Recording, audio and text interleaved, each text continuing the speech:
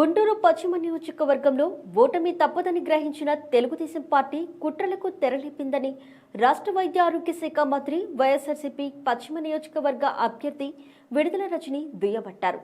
గుంటూరు 36వ డివిజన్లో శుక్రవారం సాయంత్రం మనతో మన రచనమ్మ కార్యక్రమాన్ని నిర్వహించారు. ఈ సందర్భంగా గడప గడపకు ఎన్నికల ప్రచారాన్ని చేపట్టారు. ఈ సందర్భంగా మంత్రి మాట్లాడుతూ పశ్చిమ నియోజకవర్గంలో ప్రజలు తనపై చూపుతున్న ఆదరాభిమానాలు చూసి ఓర్వలేకనే తెలుగుదేశం పార్టీ కుట్రలకు పాల్పడుతుందని చెప్పుకొచ్చారు. ఎన్ని కుట్రలకు పాల్పడినా ప్రజలు మాత్రం వైఎస్ఆర్ కాంగ్రెస్ పార్టీ వైపే ఉన్నారని స్పష్టం చేశారు.